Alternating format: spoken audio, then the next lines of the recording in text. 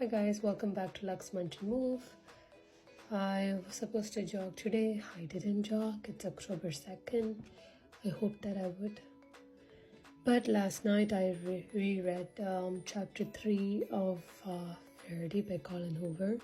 So today, here I am now giving you another unhelpful and disorganized recap of chapter 3 of Verity by Colin Hoover.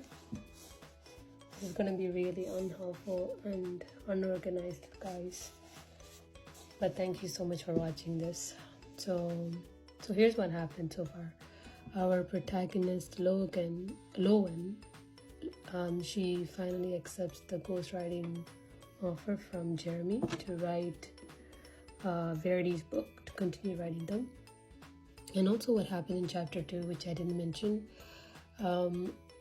After Lowen tells Jeremy that she'll accept the offer, during their private conversation, he suggests that she can ask for more money per book from his wife's Verity's agents, Amanda and the other guy, God damn it, Baron, because $75,000 per book is pretty low, and that she could ask for even $500,000, which is pretty bold. So Lowen, she and her agent Corey, they both signs the contracts, and Lowen is supposed to get the money. I don't know if she still got the money, but yes, Jeremy gives her his address in Vermont where she needs to go because all of Verity's stuff is there for the book, and it's there because Verity has been writing for 10 years now.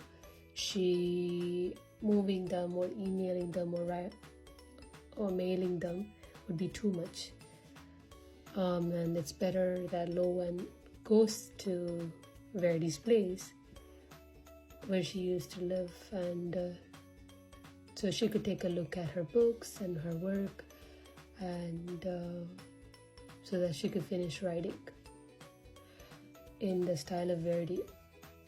So after they finish signing the contract, Lowen and her agent Corey, they head back to her apartment to celebrate signing the deal. So Corey was looking to have like some spicy time with Lowen. He's kind of crazy that she would want to do something. She would want to have sex just after a week her mother died. I don't know what's running under his head, because he's taking off. So when he takes off his clothes, and which is kind of like their ritual time, like a ritual things they do where he takes off his clothes one by one, and then they go to have fun in the bed. So this was kind of like their ritual. So he begins taking off his clothes, and Lowen asks about this other girl. Corey has been seeing Becca, and just kind of like surprises Lowen. This kind of surprises Corey.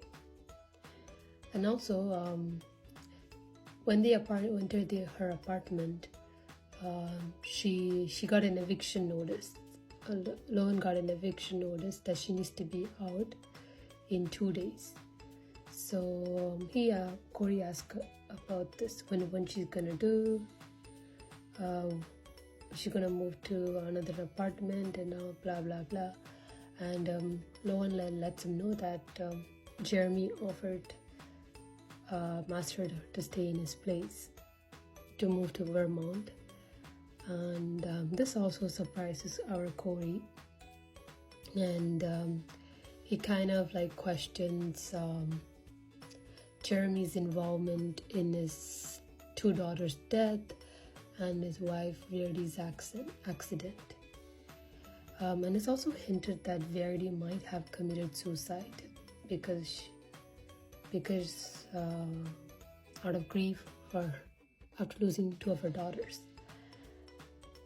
And Loan also did her own research. She did her own research as she was suspicious, and but she didn't find anything too suspicious as Jeremy was away, not hear his daughters when both of them died. So she didn't find anything too suspicious. But so she kind of defends, I forgot who she defends. I think she defended Jeremy, or kind of justified Verity. And Corey's like, no, I'm only concerned about you.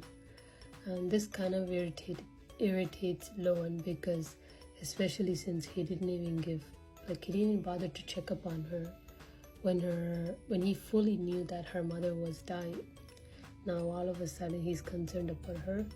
So there's like tension. There's tension between them, and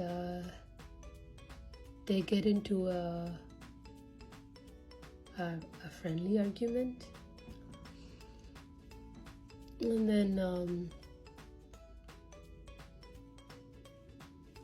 so where Corey kind of heads out, he's like, okay, he puts on his jacket and goes back, and he lets her know to ask him for any help if she needs like moving and stuff. And no one did mark in chapter 2 that despite being an asshole to her, Corey was such a good agent. He didn't put his feelings. He was always he didn't put his feelings when he was working. I know I'm not making sense, but anyway, he was a good agent according to Loan.